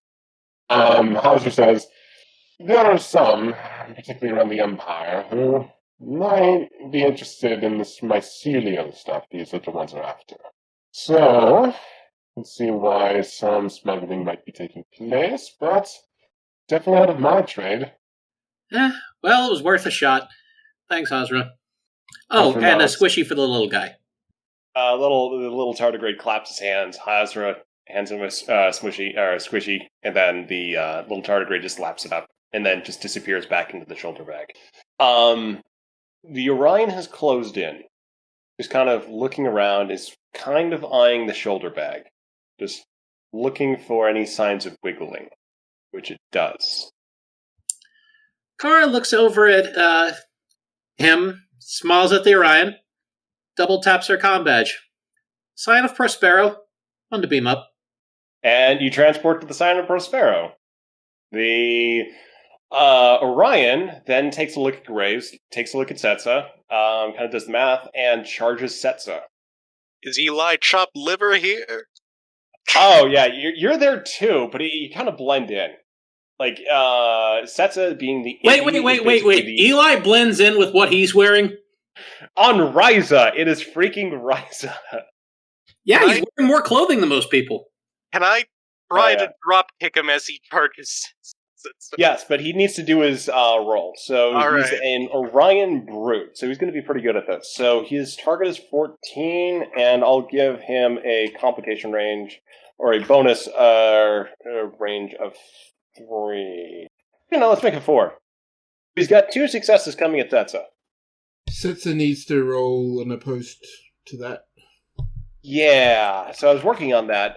Nick mentioned that he was going to jump in, so let's go ahead and he can assist. So Setsa's going to have to basically think fast. So she's got security, daring. Ooh, 9.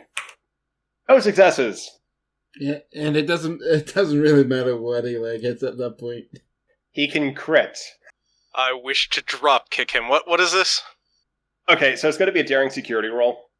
Daring and But you only get one dice. 1 dice, yeah. You only, yeah.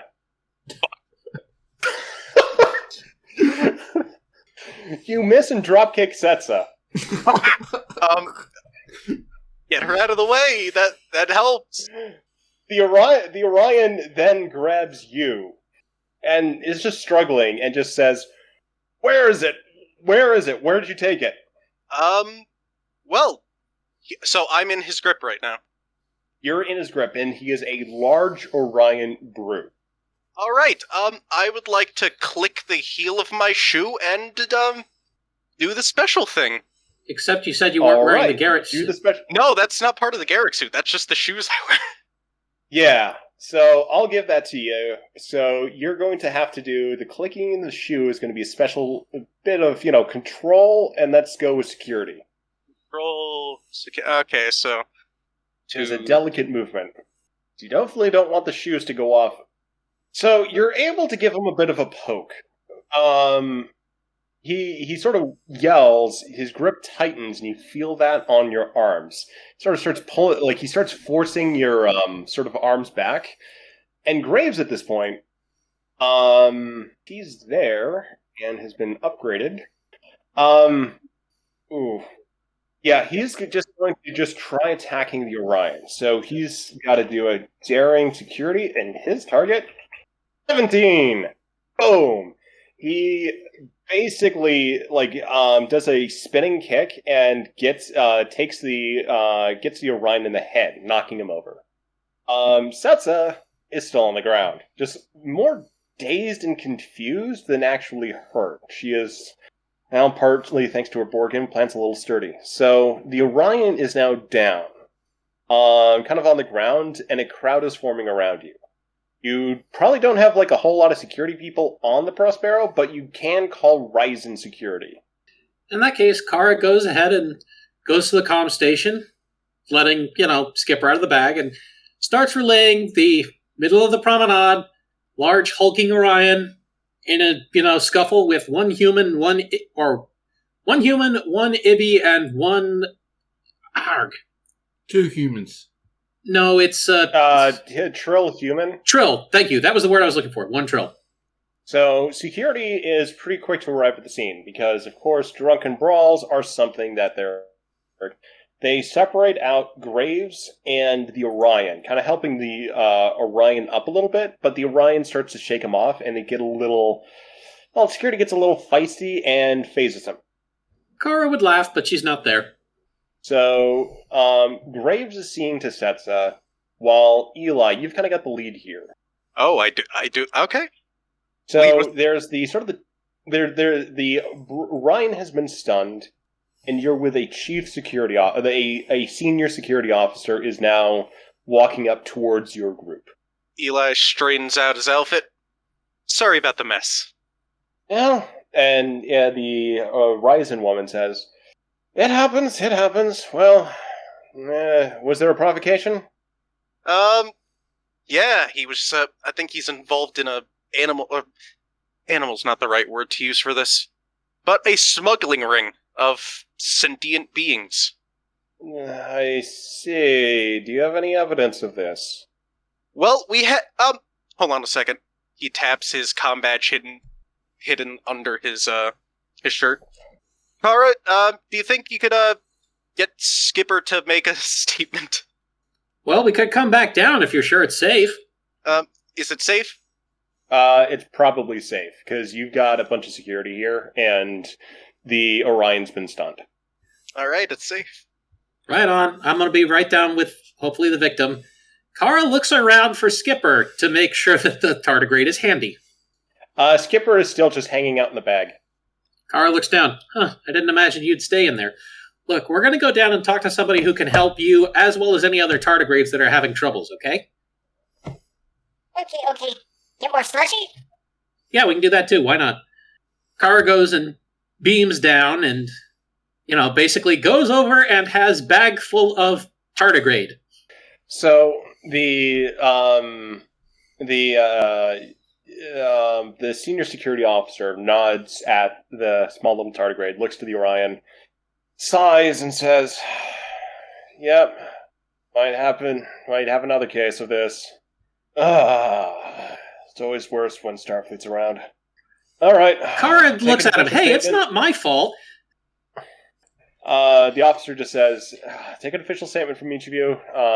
We'll replay it. Security footage has already been reviewed. You're in the clear. So, do you want to hold on to that little one for the time being?" Kara just looks down at Skipper. Hey, you want to stay with me, or you want to go with the big people who have, better guns? I like him here. If I get more slushy. Works for me. I'll remain in custody of the tardigrade for now. If we get a chance, I know a cave we should check out. Because, hey, if they're dumb enough to run a smuggling ring 2 years in a row, they're dumb enough to use the same cave again. Quite possibly. I say it's the TM. So with that, the scene clears up. So let's jump back to the dance contest. So Chorog and Grimnir are still busting moves with that one Orion. You're sort of in the final round of the dance contest. You now have to make fitness security rolls. It is incredibly, you're just trying to one-up each other with just pure prowess and physicality. Just do the most amazing move you can to wow the judges.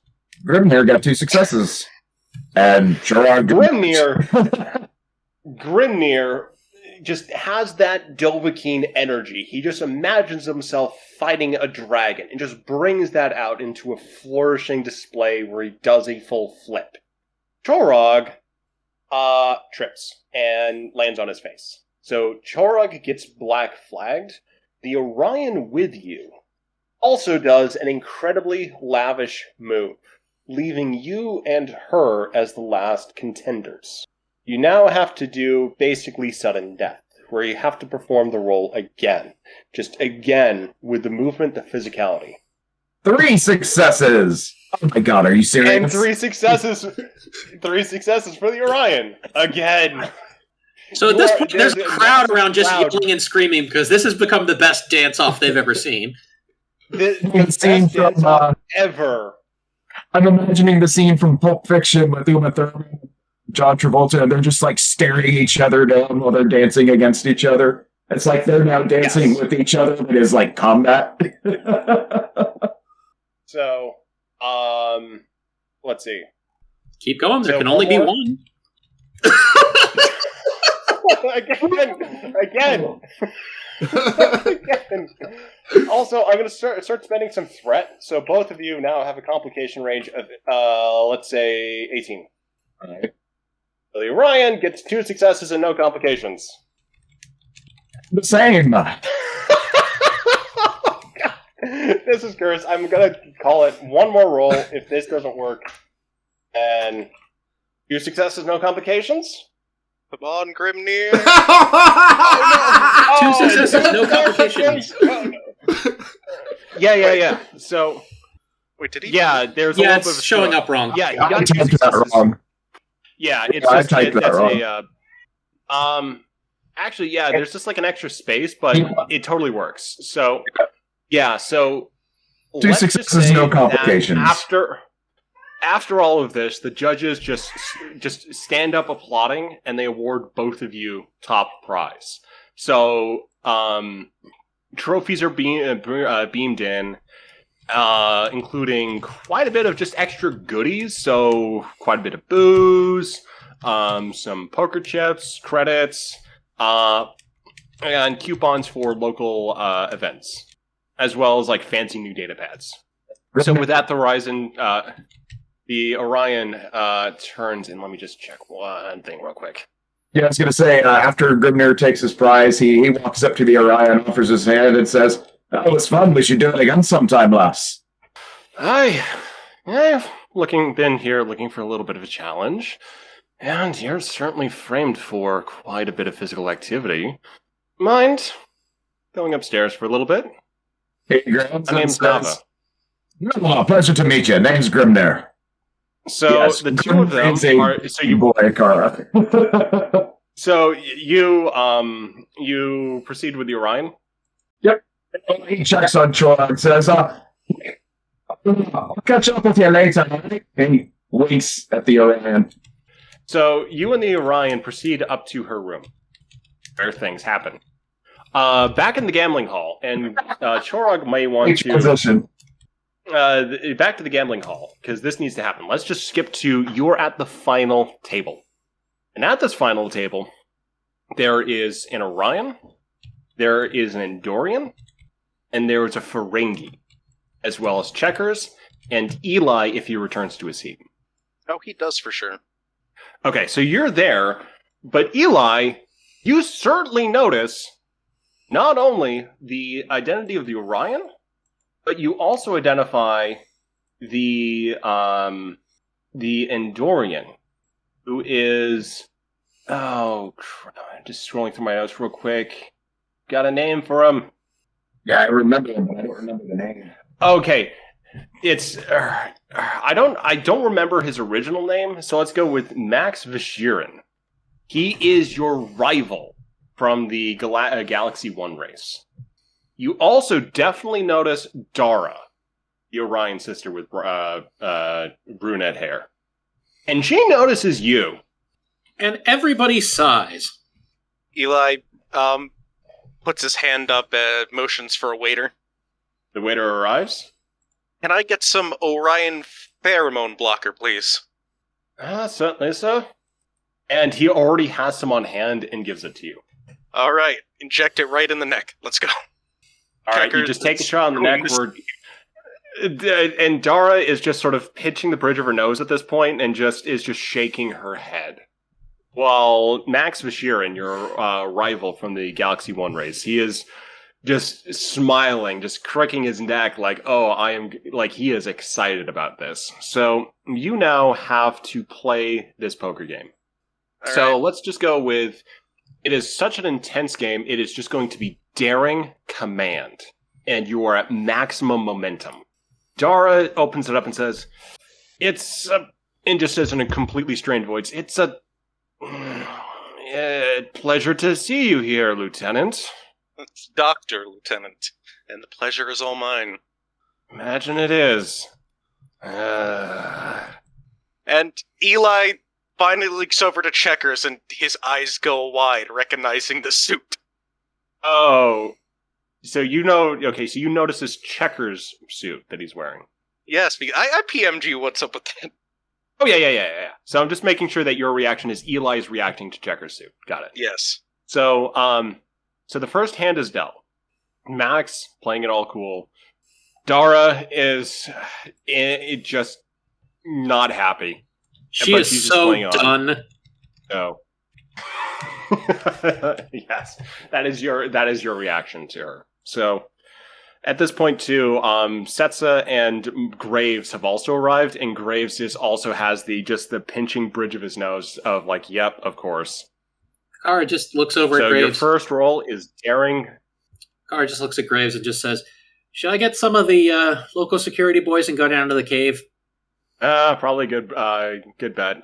Contact Rick and Bryce. Have them go over that way as well. Yeah, I'll see what I can do.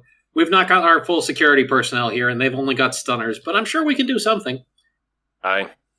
Setsa is just rubbing her side and saying, Graves gets her a chair and she sits down and just enjoys the show. So, Eli, You need to roll. And remember, you've got maximum momentum.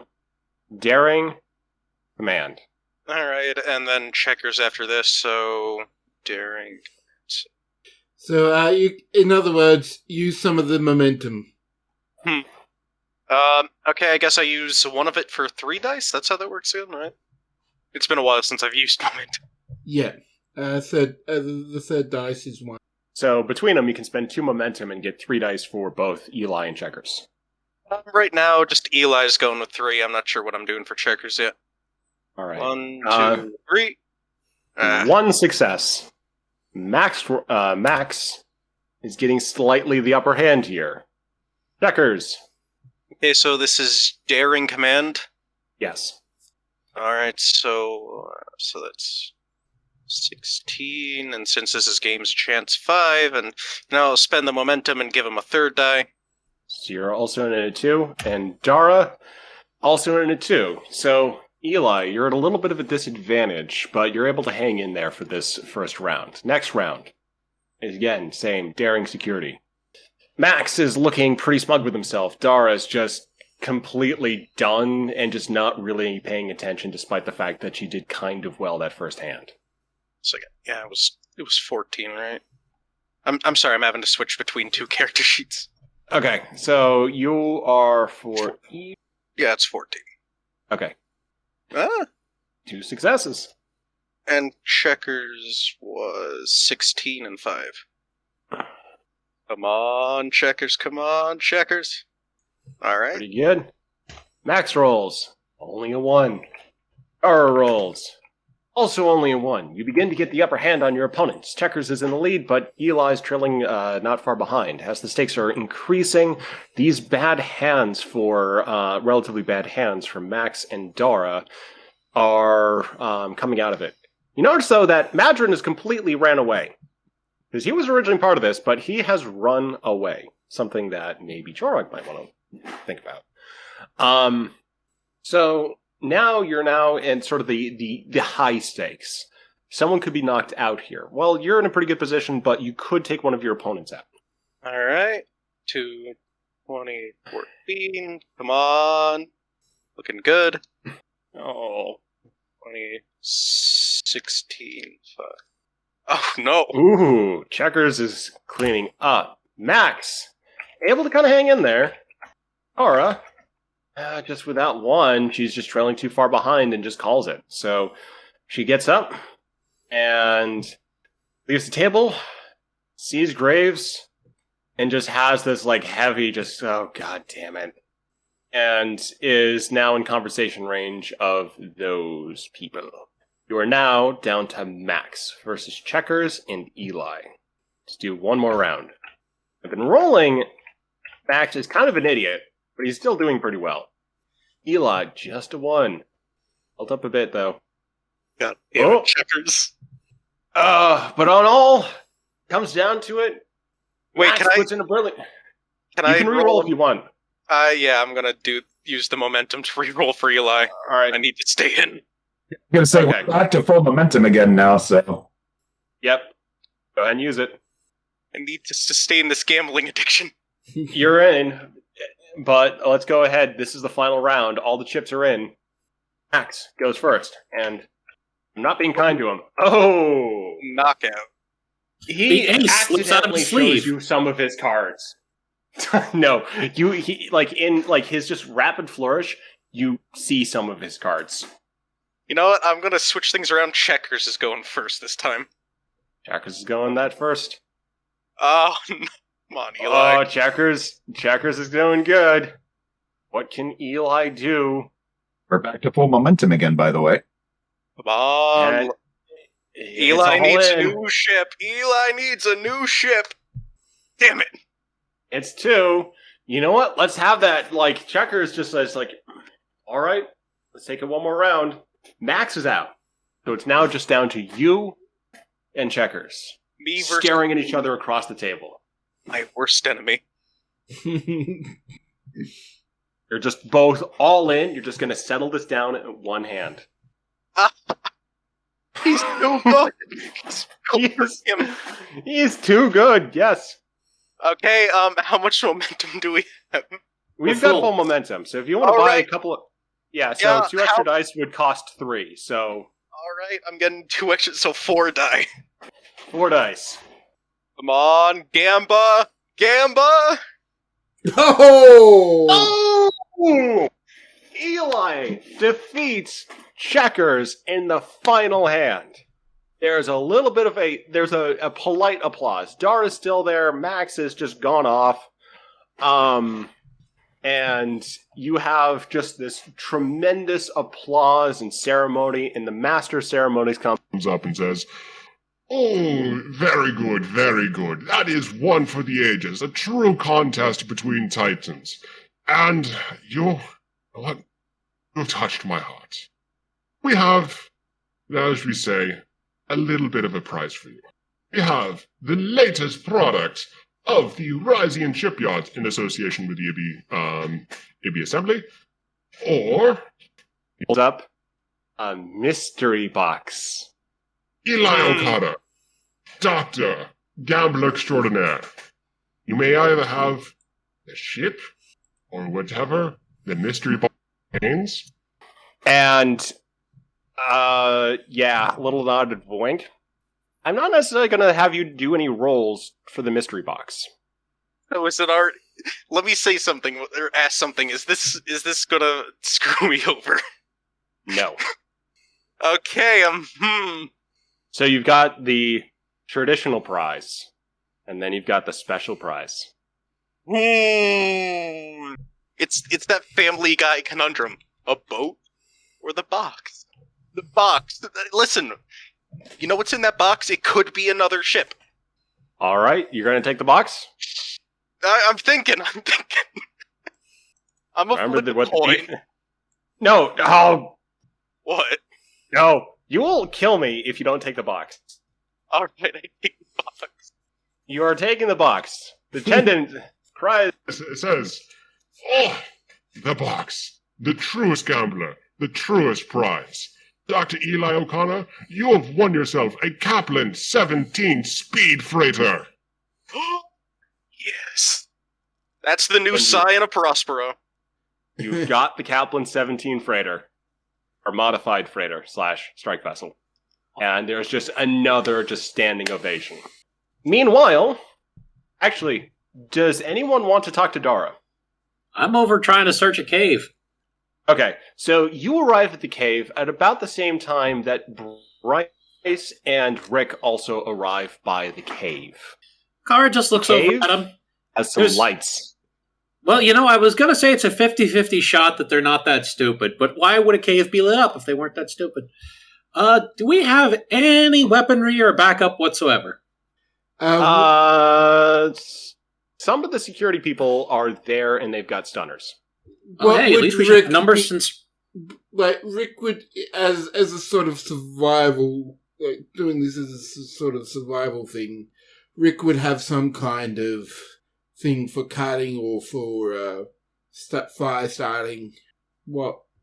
Hatchet, machete, or knife, Okay, one of the so three. Also, let's say you've got a small hand phaser. Because that's useful in a just general emergency, because you can, light a fire with it, signal with it. Kara claps the sore on the back with her metal arm. Okay, you're the best armed out of all of us. Well, except for me, but the problem is they have to come within grabbing range for me. Was that a joke? Kara grins. No, trust me, if they come within range of this arm... She's just grinning like a mad woman. Is that- Bryce just says, careful there, and Lieutenant Jinrane. And then he just sort of punches his hands together, and there's a heavy clang, or actually a heavy thud. Right, A so little bit of a clang. let's go in there. You have the heaviest weapon, so you're on Overwatch. And hopefully there's just a strange party of confused people in there, and not a gang of Orions with a bunch of tardigrades in crates. So that is What what you s- you're doing here? We've got another, Kara's like, yep, check it out, this year's model. She lets Skipper, poke his head out. Skipper waves. huh. We've moved on to full sentient beings. All right. Well, I guess you lead the way. Well, technically, Bryce, as this is a security matter. So Bryce will lead the way. So he sort of eases around, and there's sort of like a little bit of a beach, but the cave has been sort of expanded out a little bit. So you notice that there's kind of this big metal platform in the back, and what appears to be a speedboat. There are some cages, but you can't quite make out what's inside there in the dim lighting. You do see a couple of big burly Orions, basically playing cards on a table. That's been sort of makeshift around the by the cages. Kara just leans in quietly to Bryce. So, attempted diplomacy or sneak attack? Bryce Stugs, make attack, and he lunges at the brutes. Kara does likewise. So Bryce, I'll give him that. He gets one success, so he's able to just sort of like get an immediate hit on one. So what does Kara do to follow up? Well, Kara's going to spend 3 dice to go ahead and give herself 4 dice for this. Or 3 momentum to give herself 4 dice for this. All right. They're down to 0 momentum. Sorry, still need 2 more. My bad. 3 successes for Kara. All right. So Bryce kind of just hits one of the brutes who sort of like takes the hit, just immediately turns. To his companion, though, you basically Falcon punch him. Just wind up, boom, and he is out. Kara just takes a look at her arm and just... One brute. Kara just takes a look at her arm and just shrieks, God, I love this thing! So there's the one brute, but another couple of Orions come out of the back passage. Another brute, and then a red-haired Orion that may be quite familiar. Well, Rick is going to take a phaser shot at... let's set on stun. Let's go to the... want to do the brute, I guess. Okay. No, we'll take So we'll take out the redhead. Okay. You'll go after her, so go ahead and make that daring security roll. Oh, it's control since it's ranged. Okay, yeah. So, you knock her out. Pretty darn handily. The remaining brute, panics, grabs one of the cages and flings it into the speedboat, hopping in behind it. The engine begins to roar. The hell is this? Some kind of TV show? The speedboat begins to get away, with the tardigrade behind it, and the little skipper cries out after it. No, Smarty! And there's a little tardigrade wail from the speedboat. You notice, though, there are a few bits of equipment in the other bits of equipment in the cave with you. There are floaters and power boards. Kara just... She passes the bag over to Bryce. And then she kind of just leans in and looks up at him.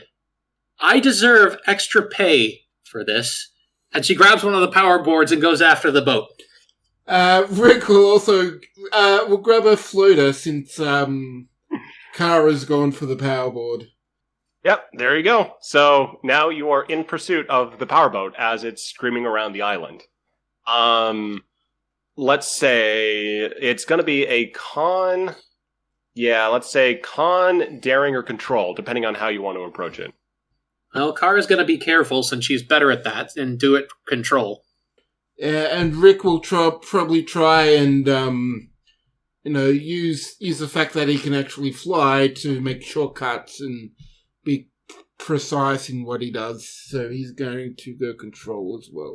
He does not have experience flying, though. Kara is augmented on control, so she has 3 successes.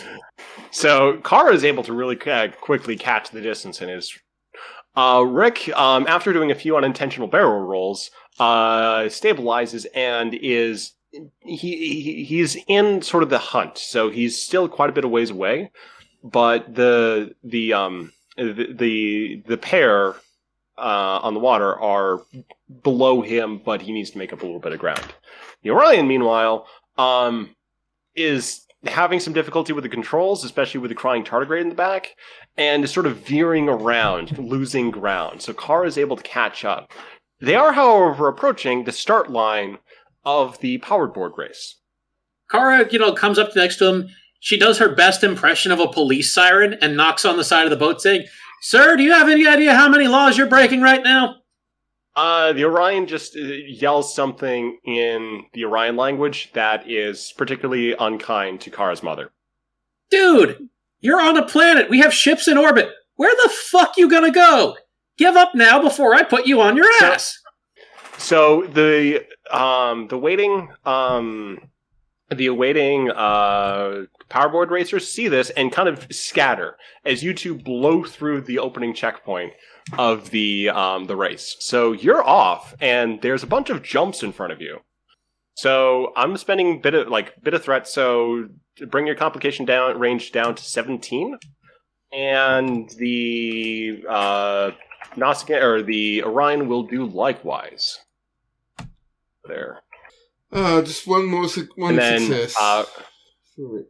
So you're able to stay in it, but because the Orion's been he hasn't been going that fast, you're able to gain a little bit of distance because he's not been doing that well. Kara? 3 successes for Kara again. So the boat goes off one of the jumps by accident, tumbling through the air, landing and rolling in the shallow water. You're able to, the little baby tardigrade in the cage flies off, just crying out, just scared, and you're able to catch him. As the Orion ends up just splashing in the drink, his boat torn to pieces. Kara, kind of white, hovers over on the board and looks down at the Orion. Tell me you can swim at least. He's able to swim, but is just kind of out of it. And at this point, Risian security and floaters also arrives, and Rick is able to be on scene as well. And you're able to take pretty good care of that situation. Okay, thank God. I don't have to rescue him as well. All right, little buddy, let's take you back to Skipper. Little tardigrade, the green little tardigrade with glasses, raises his hand Up and says, "Yay!" So you're able to. They've removed the tardigrades from the back, and you're at basically Graves's. Has enough authority, and you're dealing with this in one of the large huts back at your resort. Risian security is there. Dara is there, and Setsa is just sort of on the couch, just still nursing her side after being dropkicked. So the tardigrades are just sort of playing about the room as Rick and Kara and anyone else enters. First words out of Kara's mouth. I swear I don't get paid enough for this shit. Hey, Rick, thanks for the backup, though. What were you saying, Duncan? Oh, no. Go for it. Okay. Okay. Well, I was, wish I could have been a bit better. I'm not much of a flyer. Want to change that? I'll have to think about it. Okay, let me know. I can definitely show you the finer points. So Risian security comes in at this point and says, "All right, so we've caught the perpetrators and some additional connections as suspected, but I believe Dara would like to say a little something." Dara just clears her throat and says, "Yep, don't want my vacation privileges revoked. Yep, definitely don't want those revoked. Came here looking for a little bit of peace and quiet. And Mina," and she's just really almost incandescently angry at this point. And Graves says, "Yeah, you weren't part of this, but I take it your sister, knowing that you had a little bit of a vacation arrangement, bummed her right off of you and decided to, make up a little shop there." And Dara nods and just says, "Appears that's been the case." Kara has a slushie from Hazra's cart, and she just kind of pokes at it and says, "Yeah, there's an old saying about magicians never doing the same trick twice. You really should never try to do the same trick twice if you were caught the first time."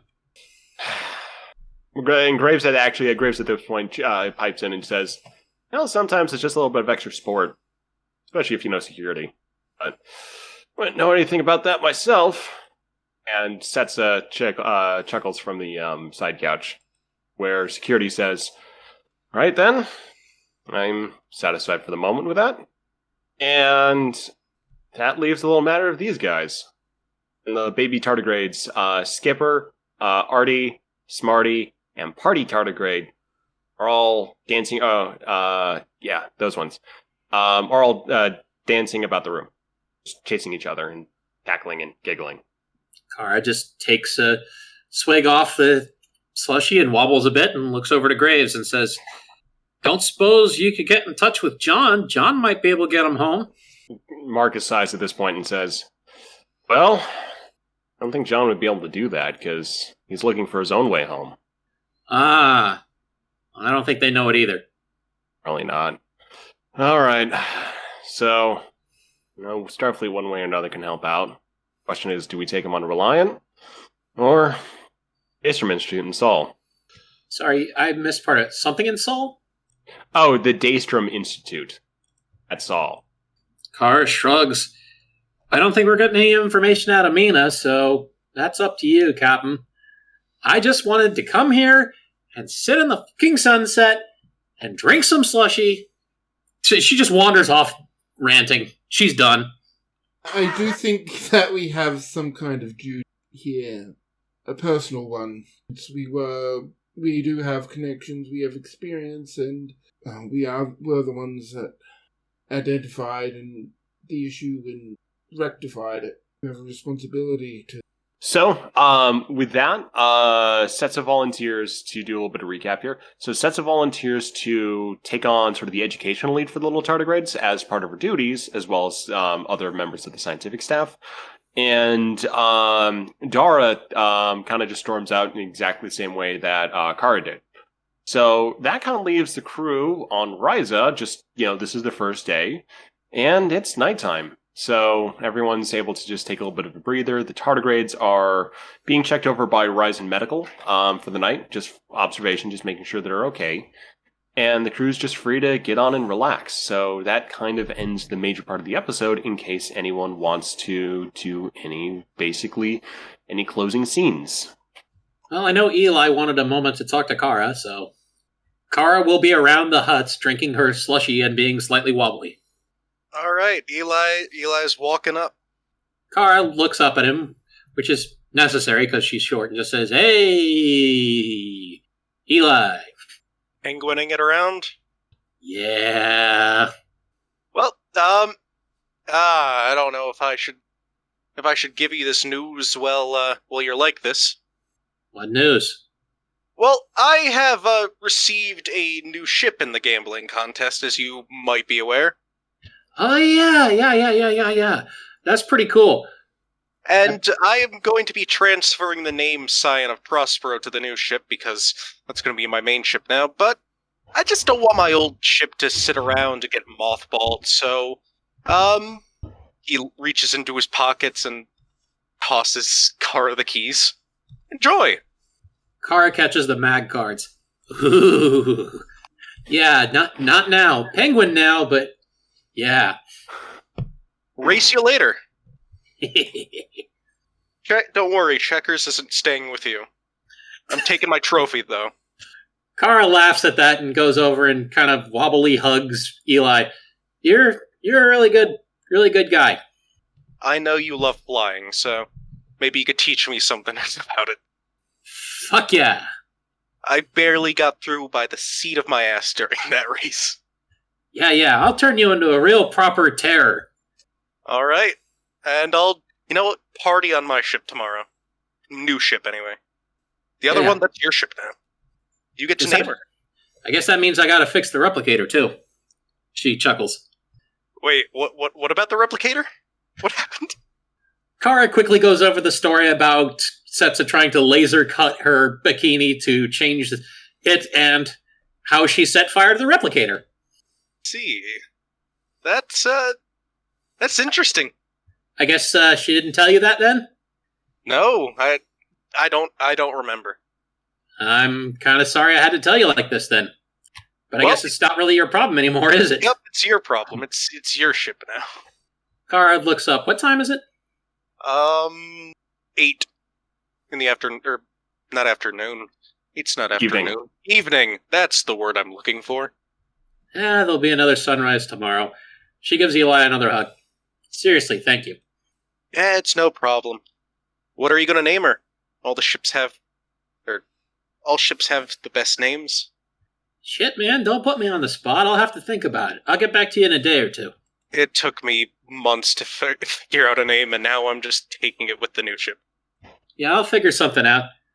She looks over at, an image screen nearby where there's an advertisement coming up for a show called Risian Vice. And there's a picture of an Ibby in a jacket on a power board chasing a boat. Car's like, did I give them permission to use me as promotional material? I can't remember. I don't know. We'll talk to Checkers. He's a lawyer.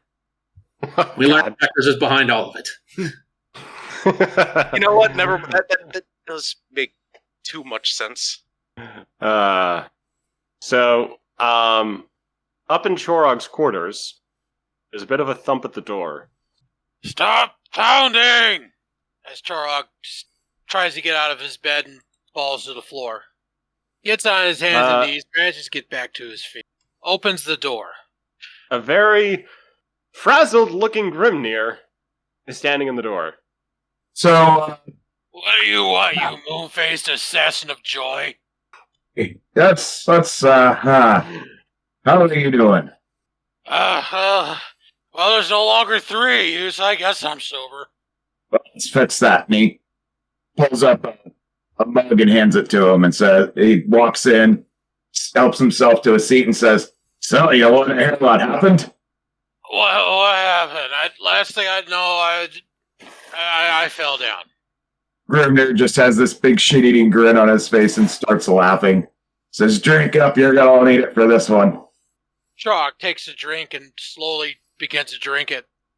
Oh, okay, what happened? He proceeds to regale him with his story of the incident with the Orion and cutscene. Oh, you lucky bastard. From the sound of it, it sounds like you're a miracle you're still walking. So I can't remember. So Grimnir doesn't know anything about the stuff with Madron and all that, right? I just posted in chat. So you may have talked with Chorog before about why he's here and getting back at the Ferengi, and he may have seen Madron in the hallway. Okay. So as he's explaining everything, and then as he's talking about making his way here to check on Chorog, he says, "Oh, by the way, I saw that damn Ferengi you've been looking for earlier." Madron? He's here? I think it was him. Chorog reaches into a drawer, pulls out his Polaron pistol, and says, "Where is he?" Grimnir grins and says, "Walk this way." Well, after the kind of night you had, I had no choice but to walk that way. And Grimnir leads Chorog to where he saw the Ferengi. Chorog pulls out his tricorder, begins to scan around, picks up definite Ferengi life signs. No, hold on. What? Hold on. DM, you gotta roll for it. Oh, okay. Yeah, what am I rolling? So you gotta roll Insight Science. I'll do righty. Give me 1 second here. Hell is it? There it is. Pardon me. Inside science, we are... Come on. Thank you. There we go. 2d20 and... So only one, you're able to detect that a Ferengi has been in the area, but you're not able to pick up any more than that. You do have a lead to pursue for the rest of vacation, though. Okay. So, Grimnir. Thank you for telling me about this. I've got work to do. Lead the way.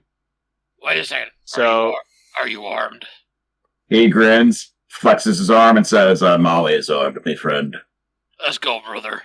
We have a Ferengi to hunt. And that will take you a few days. So, back at the hut, Marcus has showered and is basically in his pajamas, while Setsa has dressed in a long sleeve shirt and is just idly holding her pheromones. Kara walks into the room. Kara is chuckling and laughing at something she's looking at on her pad. Marcus says, "What's so funny there?" So, I got a new ship. You got a new ship. I got a new ship. What kind of ship? She looks over at Setsa and grins. It's a Risian Corvette. Unfortunately, one of the replicators has been burned out. Oh, did Eli get a new ship? Yeah, Eli won like some new hot ship on his gambling thing and decided to give me the old one. I mean, I don't know why, but I'll take it. Aw, that's nice. Setsa gives a little bit of a squirt of the pheromones. And, let's see. Marcus will just say, yeah, be good. Get a little bit of a fleet going here. Yeah, if you need some, strings pulled with command, I can certainly, help out a little bit, take care of maintenance, and at least maybe try getting a light crew. Heck, I've already got the ship renamed. I'm sending her out for painting and to get the replicator fixed. Sorry. Her car just laughs. No worries.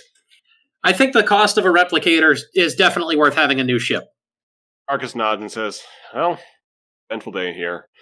So Kara goes over and says, do you want to see what I've got set up for it? Sure. Kara slides over the pad. Across the top is the ship's new name without any, registry prefix. It simply says, misbehave. Underneath it is an Ibby. Underneath it is the image of an Ibby who has been painted on the side, who is lounging on her stomach nude, holding up a hand phaser and grinning at the viewer. So, describe the Ibby. Maybe like hair color, hairstyle? It's Setsa, but not Setsa. It's Setsa if somebody was trying to do Setsa, but change a few details so that it wasn't Setsa. Marcus is going to catch on to that. And he just kind of like shakes his head a little bit and just says, yeah, nice touch there. Want to take a look at this, Setsa? Setsa nods. Yeah, like that. You're nice. She doesn't catch on. So, 3 of them are just left in the hut, order up dinner, and just kind of turn in for their night. So with that, I think we're done. There is a quick scene that I would like to do with my engineering. Oh, yeah. Okay. So, yeah, go for it. Yeah, so that night, what would I want to? We're going to set up like this bit of a roasting pit, and just start, what's the word? Like a rotisserie kind of thing, set up and do some pit barbecue. So, do I need to roll to set that up? Yeah, let's go ahead and have you roll, and this is to maintain your great relationship. Like, basically, keep building the teamwork of the crew. So, building the barbecue pit, let's go with a reason engineering of just trying to figure out, how do you, set something like this up? You don't really have, you could pull up some blueprints, but you think you've got this. Yeah, I mean, it would mean more if it was sort of more like a team project, as in something that we created from scratch together. That's sort of the idea I want to go with it. So that is a 17 for us. I guess, would this count as a survival, or would it? Yeah, your survival training would have included like building these kind of like outdoor fire and improvised cooking, so that would also apply. All right, so rolling and 2 successes. All right. Your engineering team is able to whip up this great little barbecue. So you've got the momentum of your crew. That bond is still intact and being reinforced, especially with the newcomers to the crew who are feeling that vibe among your group. I mean, Chorog is definitely invited, but it's up to him whether he wants to run after Madron or not. Yeah. Let's also globes. Yeah. And let's just say if Oakley wants, he's like toasting a marshmallow just for the fun of it. Yeah. So it's slightly over-engineered, but it's quite stable. Could probably hold actually quite a few quite a lot more than it actually needs to. And it runs very smoothly, like just a nice, slow, smooth rotisserie over this what is now like a coals as the fire can use in roasts. this boar-like animal. And yeah, stars come out, sun sets, and you have that quiet night on the beach with roasting foods, good company, and a long day behind you and a good sleep ahead of you. And that's where we're just gonna end it off with the crew just, like chatting and looking out over the beach up to the stars and... Yeah. So with that, any other scenes? Only thing I got is just a nice little pan of Whately being, enjoying his quiet solitude on the beach. And, he's like sitting there with the drink and he's reading a book and he's just completely blissfully unaware of everything that's been going on. I was about to say, I was just thinking Whately is thinking to himself, at least nothing happened this year. Exactly. There we go. For those tuning in, thank you for joining us on this little adventure to Risa. Hope you enjoyed it, and we will be back in a couple of weeks with more adventures. Yay! Woo!